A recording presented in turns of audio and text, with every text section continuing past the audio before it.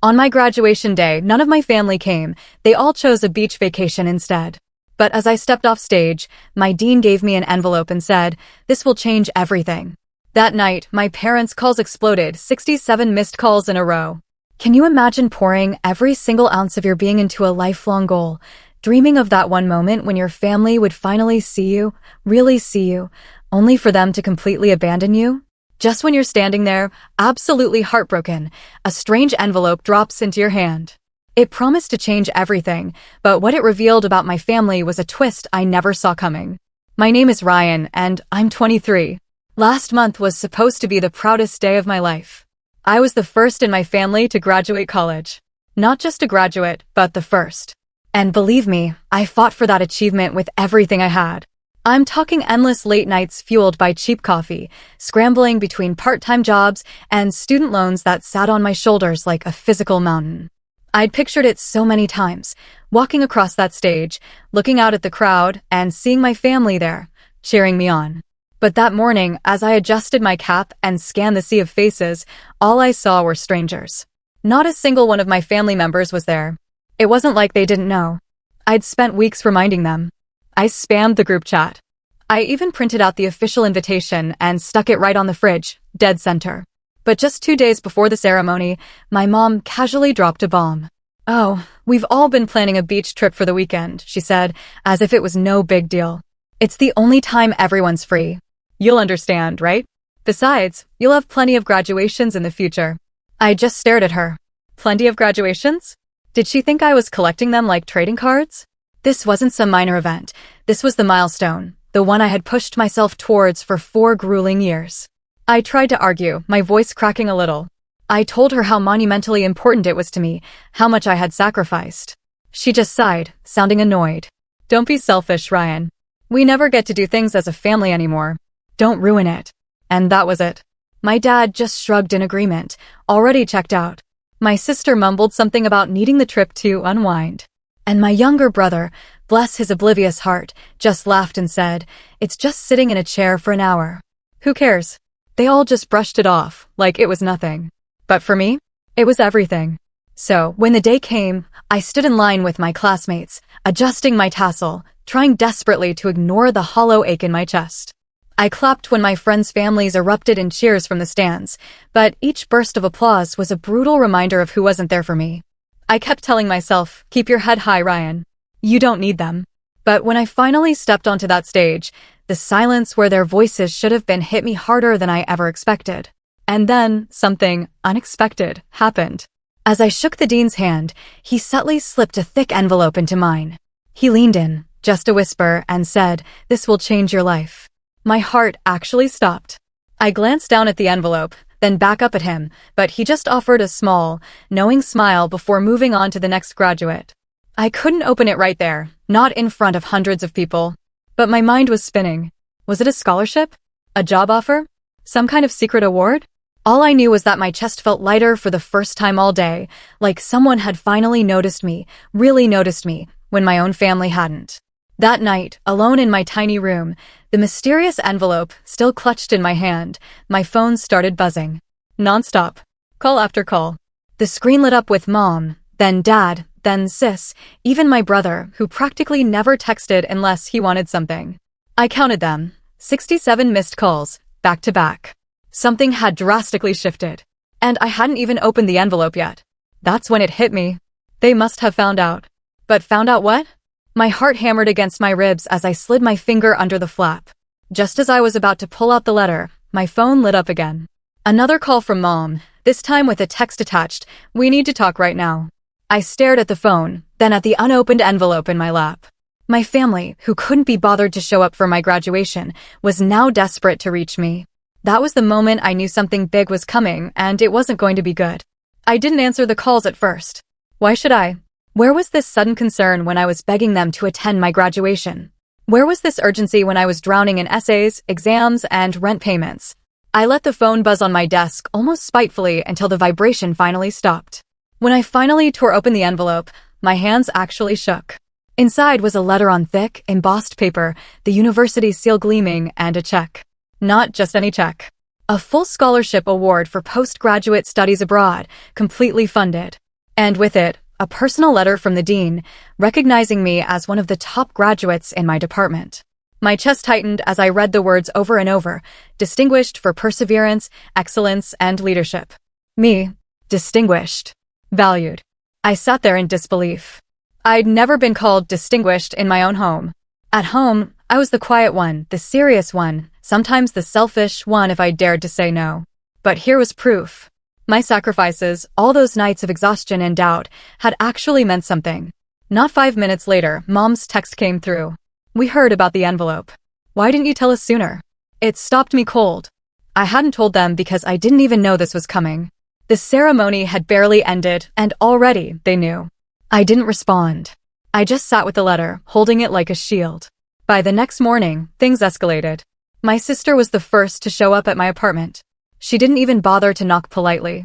She just banged on the door until I opened it, still in my pajamas. You should have called us the second you got that, she practically shouted, brushing past me into the living room. She picked up the letter from my coffee table, like it belonged to her. Do you even realize what this means for all of us? All of us. I repeated, genuinely stunned. It's my award, not yours. She gave me a look like I was being utterly ridiculous. You know how much Mom and Dad have sacrificed for you. The least you could do is use this opportunity to give back. Imagine the vacations we could take if you're earning big abroad. And don't forget, you'll need to send money home. That's what good kids do. I felt my jaw tighten. Vacations. That was the very first thing she thought of. Not the years I spent struggling. Not the recognition of my hard work. Nope. Her mind went straight to palm trees and cocktails. Before I could even answer, my mom called again. This time, I picked up, just to hear her tone.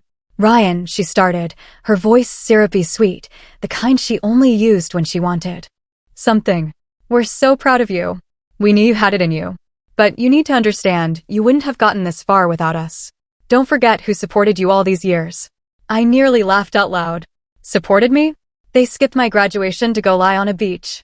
They never helped with tuition or even rent. The closest thing to support I got was being told not to complain about being tired. Mom, I said carefully, I paid my own way through school. You didn't cover a single bill. Her tone sharpened instantly. Don't you dare talk to me like that. You think you're better than us now just because of some fancy letter? You're still our son, and family comes first. Remember that. Family comes first. The phrase stung. Family first, except when it came to me. When my sister needed help paying for a new car, everyone pitched in. When my brother got into trouble at school, the whole family rearranged their schedules to attend his meetings. When it was me, silence.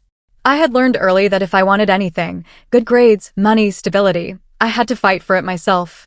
And yet, here they were, suddenly claiming ownership over my success. The following days blurred together into a strange mix of fake congratulations and subtle demands. My dad called to remind me how much the family name mattered, hinting I'd better make them look good when I went abroad. My sister texted me links to luxury apartments in Europe, saying, pick one with a spare room so we can visit. My younger brother casually asked if I could help him get a car upgrade once I was settled, as if I was some kind of personal ATM. Each request chipped away at me, but the breaking point came a week later when I went home for dinner, trying to give them one last chance. The table was set, everyone smiling like nothing was wrong. But the moment I sat down, Mom launched into her speech. We've all agreed that you should set up a family fund once you're abroad. It'll be easier for you than for us. A small percentage of your income every month. We'll decide how it's used. I froze, fork halfway to my mouth. You've all agreed, without me? Dad cleared his throat. Ryan, don't be difficult. We sacrificed plenty. This is your chance to repay us. The food in my mouth turned to dust. I looked around the table, my sister grinning smugly, my brother nodding like it was already settled, my parents staring at me expectantly. And in that moment, it became painfully clear. They didn't see me as Ryan, their son. They saw me as a resource. A golden goose. I put my fork down slowly, trying to control the storm brewing inside me. I haven't even left yet, and already you're making plans for my money. Mom's smile slipped. Don't make it sound ugly, Ryan. It's family. Family takes care of each other. The words hung in the air, bitter and heavy. Family takes care of each other. Except when it was me who needed it. I excused myself from the table, my chest tight with rage and disbelief. I knew then that the dynamic had shifted forever. They weren't going to let this go. They were going to squeeze me until I broke. Unless I did something first. And that night, lying awake staring at the ceiling, I started to realize I had something they desperately wanted. And for the first time, the power was mine. A few days after that dinner, I tried to convince myself maybe I was overreacting. Maybe they were just excited. Maybe once things settled, they'd stop treating me like some walking checkbook. But then came the moment that shattered any illusion I had left. It was a Friday afternoon when I got home from class. I'd started prepping documents for the postgraduate scholarship, passport renewal, medical forms, the works. I kept everything neatly stacked on my desk in a specific folder because I couldn't risk losing anything. That day, though, the folder wasn't where I had left it. My stomach dropped. I tore through my room, checking every drawer, the closet, even under my bed. Gone. Panic clawed at me. Those papers weren't just paperwork. They were my ticket to the future I had fought for. Without them, I couldn't even begin the process of moving abroad. My heart raced as I grabbed my phone and called my mom. She answered on the second ring, her voice calm, almost too calm. "Oh, that folder? We picked it up this morning," she said, like it was the most natural thing in the world. My chest tightened. "You what? Why would you take it without telling me?" "We're just making sure everything's handled properly, dear. You're young, Ryan. You don't always think things through. Your father and I will look it over and decide what's best for you. Don't worry." I was speechless. Decide what's best for me? It was my scholarship, my opportunity, my life. Yet in her voice, I heard no recognition of that. Only authority, as though I was still a child asking for permission to go out. "Mom, you need to bring those back right now." My voice shook, half from anger, half from sheer terror. She sighed heavily, like I was being utterly unreasonable. "Ryan, don't be dramatic. We've already spoken to your aunt about this. She thinks it would be smarter if you stayed here and worked locally for a few years first. You could contribute more to the family that way." My knees nearly buckled. They hadn't just taken my documents. They were planning to sabotage my chance to leave. The envelope had been addressed to me. The award was in my name. And yet they were already making phone calls to figure out how to keep me tethered. I hung up without another word and drove straight to my parents' house.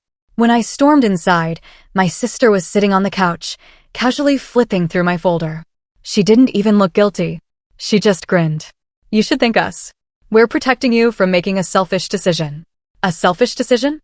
I repeated, my voice rising. "This is the biggest opportunity of my life." Dad came into the room then, holding the letter from the dean like it belonged to him. "Ryan, sit down. We need to be realistic. Your place is here with us. You can always apply for something else later. But right now, the family needs you." I stood frozen, my pulse pounding in my ears.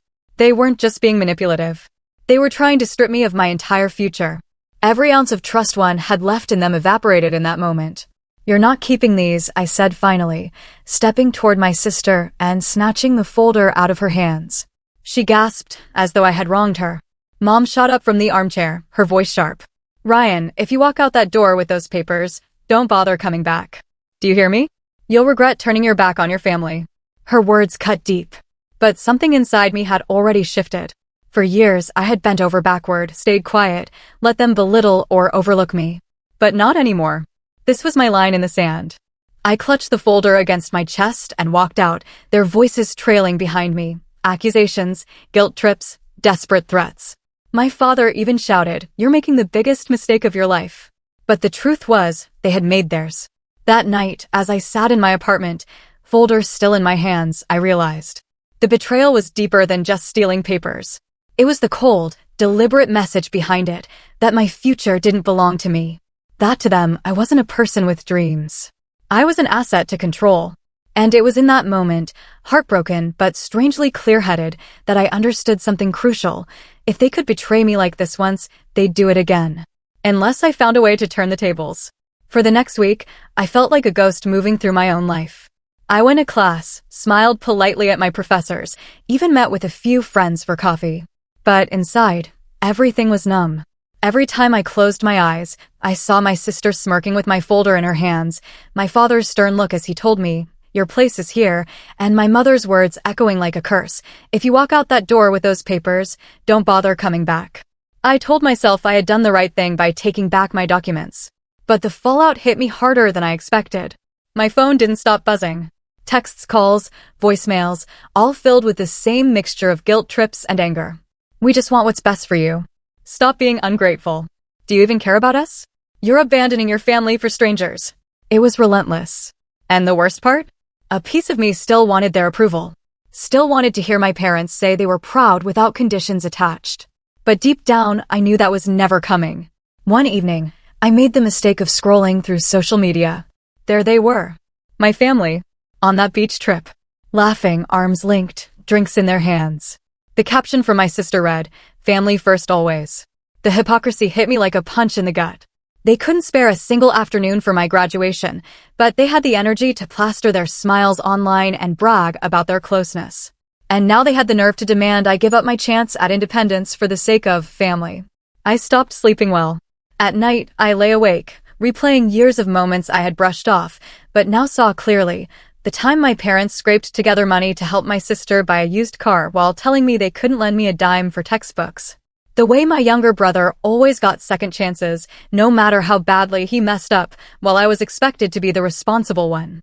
The way they told me to stop making a scene when I cried quietly at the dinner table after working 2 jobs and still falling behind on rent. It wasn't just about graduation or the envelope. It was a pattern, and for the first time, I couldn't ignore it. The loneliness that followed was suffocating. My friends celebrated their graduations with parties, dinners, family photos plastered across their walls. I sat in my tiny apartment, folder clutched like a lifeline, staring at the scholarship letter over and over just to remind myself I wasn't crazy. My success was real, even if no one at home acknowledged it. But as much as the pain threatened to swallow me, a quiet determination began to grow underneath it. If my family was going to see me as nothing more than a resource, then maybe the only way forward was to stop giving them access to me. I didn't announce it. I didn't fight them anymore. I just started to pull away. I stopped answering calls, stopped responding to texts. I blocked my sister after she sent me a furious message about how selfish I was being, complete with screenshots of her research on how much I could supposedly earn abroad. My parents started sending emails instead, long paragraphs about loyalty and duty, but I stopped opening those too. Instead, I threw myself into preparation. I met with the scholarship coordinator in secret, gathering every detail about my move abroad. I quietly renewed my passport, booked appointments, filled out forms. I even started saving what little money I had left after bills, keeping it tucked away in a separate account. It wasn't much, but it was mine, and no one could touch it. Each paycheck I deposited into that quiet little savings account felt like stacking bricks under my feet, lifting me higher, giving me ground that no one could pull out from under me. Still, the weight of the silence pressed on me. Each time I ignored another message, I felt both relief and guilt. Relief that I was finally breaking free, and guilt that I was abandoning the people who had raised me, no matter how flawed. That inner tug-of-war nearly broke me more than once. There were nights I sat at my desk with the phone in my hand, hovering over the call button, tempted to beg for even a scrap of genuine support. But then I'd picture the folder in my sister's hands, my father's voice telling me, "Your place is here." And the temptation would burn away. The real breaking point of this stage came one night when I got home to find an envelope slipped under my door. It was from my parents. Inside was a handwritten letter. At first, I thought, maybe, finally, an apology? But no. The words were a dagger, cloaked in politeness. "Ryan, we love you, but we cannot support these reckless choices. You owe it to us to stay close to contribute to the family. Do not go through with this scholarship. It will destroy what little bond we have left. If you insist on going, you are no longer welcome in our home." I read it 3 times. That last line burned into my eyes. You are no longer welcome in our home. I sat there in the dim light of my apartment, my chest hollow, realizing that the family I had spent my whole life trying to please had just written me out of their lives like it was nothing. That night, I hit rock bottom. But as I sat there, broken but breathing, one thought cut through the fog. They had taken so much from me already. They weren't going to take this, too. And in that darkness, a quiet plan began to form. The letter from my parents sat on my desk for days, heavy as a stone. I couldn't move it. Every time I glanced at it, the words, "You are no longer welcome in our home," flared in my chest. For a while, I carried that pain like it was carved into me. But something started to shift. The more I read their words, the more I realized they weren't a verdict. They were a release. If I was no longer welcome, then maybe I no longer had to bend myself into knots to earn their approval. Maybe I could finally live for myself. It began with small steps. I woke up one morning and instead of checking my phone for their calls or texts, I left it on silent and went for a run. The air felt sharper, cleaner, as if I was inhaling a life that hadn't belonged to me before. I came back sweaty and exhausted. But for once, I didn't feel weighed down. I felt lighter. Free. From there, I doubled down on preparation for my scholarship.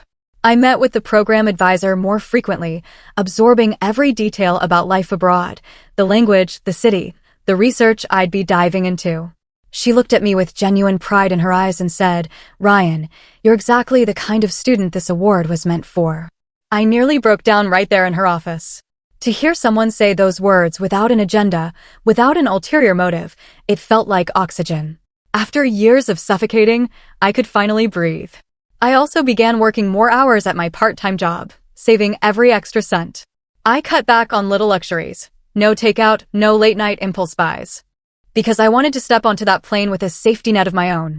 Each paycheck I deposited into that quiet little savings account felt like stacking bricks under my feet, lifting me higher, giving me ground that no one could pull out from under me. Something else started happening too. People around me noticed. My professors reached out with glowing recommendation letters. A mentor offered me a research assistant position over the summer, saying he trusted me more than anyone else to handle it. Even some of my friends who had celebrated with their families at graduation admitted they admired how I kept going despite everything. For the first time, I wasn't just surviving, I was being seen. But the most transformative moment came when I walked into my dean's office for a follow-up meeting. He handed me another envelope, thinner this time, and said, "Ryan, we've secured you a small stipend to help with the transition abroad. It's not much, but we believe in you. Don't waste this chance." I walked out of that office with tears burning in my eyes. The very thing my family had tried to strip from me, my independence, my chance at a future, was now being reinforced by people who owed me nothing, but still chose to invest in me. As the weeks passed, the fog of despair began to clear. I wasn't Ryan, the overlooked son, anymore. I was Ryan, the scholarship recipient, the future researcher, the one who had fought and won. The weight of my family's betrayal didn't vanish, but it no longer controlled me. Instead, it fueled me. Every reminder of their neglect became a reason to push harder, to succeed further, to prove to myself, not to them, that I was more than the role they had caged me in. I began to imagine my life abroad not as an escape, but as a rebirth. A city where no one knew me as the background character in someone else's story, a place where I could step forward without hearing, "Don't be selfish." Every time I chose my own path, the vision of that future became my anchor. Still, in the back of my mind, I knew the storm wasn't over. My family hadn't given up. They wouldn't. The silence from them in those weeks felt less like surrender and more like the quiet before something bigger. And I could sense it. They were planning something. But this time, I wasn't the same Ryan they thought they could control. I was stronger. And when their next move came, I would be ready. The weeks leading up to my departure were some of the strangest of my life. Outwardly, I was focused, working, saving, filling out forms, getting everything in order. Inwardly, I was carrying a storm. The betrayal still burned in me, but it had started to take a different shape. Not raw pain anymore, more like a sharpened edge. I wasn't just surviving their mistreatment anymore. I was starting to think about what it would mean to turn the tables. The setup came quietly, almost by accident. One evening, I stayed late in the scholarship office going over final paperwork. The coordinator, a woman named Dr. Patel, who had been nothing but kind to me, leaned in as we finished and said, "By the way, Ryan, part of your award includes a press release. The university wants to highlight your story. It's rare we get students who come from such adversity and still achieve so much. The local paper will be running a feature." My breath caught. A press release. A feature. Suddenly, I realized why my family had been so desperate to keep me from leaving. They already knew about this. They hadn't stumbled on my envelope by accident. They had probably heard whispers from someone connected to the school, and the idea of my name in the paper without their fingerprints all over it had driven them absolutely mad. That night, when I got home, I thought about how my family presented themselves to the world. I thought about my sister's social media posts flaunting family first, about my dad's obsession with the family name, about my mom's constant reminders that we sacrificed for you. They thrived on appearances, on controlling the story. And now, for the first time, the story wasn't theirs. It was mine. That realization flipped a switch in me. I didn't just have an opportunity abroad. I had a platform. People were going to hear my name, read my story, maybe even know about the struggles I had endured. And I realized I had the power to decide exactly how that story was told. I started meeting quietly with the PR representative from the university. She asked me for quotes, anecdotes, pieces of my journey they could use in the article. I told her about working nights, about scraping together money for tuition, about the loneliness of pursuing a dream without support. I didn't mention my family by name, but I didn't need to. The truth spoke loudly enough. When the draft came back, it described me as a student who rose from financial hardship and lack of family support to achieve one of the university's highest honors. I read that line over and over, my chest both aching and soaring. For once, the narrative was real, not twisted. At the same time, I started to prepare my finances more carefully. I opened a second bank account under my own name at a different institution, one my family didn't even know I had. Into that account, I funneled every extra dollar from work, every stipend check, every cent I could squirrel away. It wasn't much yet, but it was untouchable. And more than that, it was proof that I was building something outside of their reach. Then came the unexpected card in my hand. A distant relative, my Uncle Martin, reached out after hearing about my award. Unlike the rest of my family, he'd always kept a little distance from the drama. He invited me to lunch, and over sandwiches in a quiet cafe, he said, "Ryan, I've always admired your independence. Don't let them clip your wings. If you ever need help getting settled abroad, I have connections. People who would be glad to support you." For a moment, I didn't know what to say. Here was someone who barely knew me, offering more encouragement in a single lunch than my immediate family had given me in years. I thanked him, but I also tucked his words away like a key. Connections, support, an ally where I least expected one. Piece by piece, the setup for retribution, was forming without me even forcing it. A press release that would tell the truth. Finances hidden away. A new network of allies outside my family's control. And beneath it all, the steady drum of determination. If they had wanted to own my success, I was going to make sure they had no part of it. But then, just when I thought I was ahead of them, I received a text from my sister late one night. "We know about the article. Don't you dare embarrass us." That was when I knew the real fight hadn't even started yet. The morning the article was published, I bought 2 copies of the local paper. One for myself and one I kept folded neatly, untouched. A keepsake, maybe, or maybe ammunition. The headline ran across the community section, "Local graduate awarded prestigious scholarship abroad, a journey of perseverance." Beneath it was a photo of me in my cap and gown, smiling nervously at the camera, and the story of how I had worked 2 jobs, supported myself through school, and earned recognition despite, as the article put it, little direct family support. I didn't embellish. I didn't name names. But I didn't hide the truth either. And the truth, written in black and white for the whole community to see, hit my family like a wrecking ball. By noon, my phone lit up with calls. First from my mother, then my father, then my sister, who sent a barrage of furious messages. "How dare you? You made us look like monsters. Delete it or make them print a correction." She didn't seem to understand how newspapers worked, and that made it all the more satisfying. I didn't reply.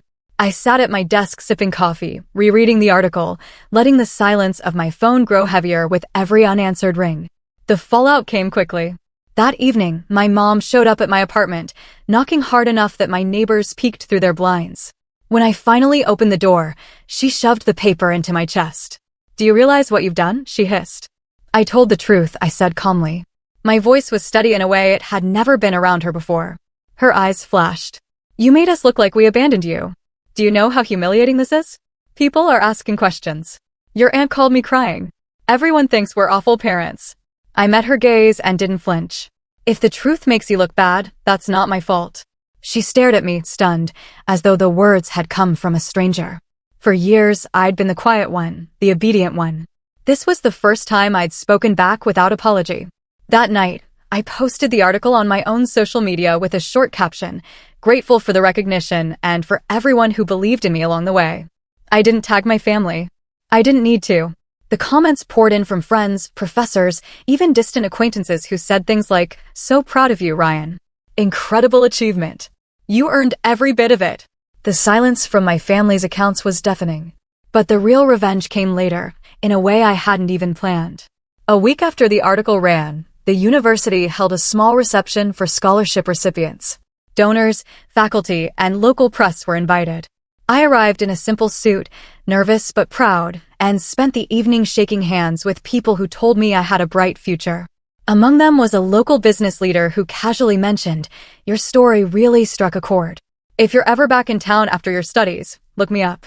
We're always looking for people with drive. Opportunities. Doors opening." My family, meanwhile, could only watch from the outside. They weren't invited. They weren't celebrated. And they couldn't claim a shred of the spotlight they had tried to wrestle away from me.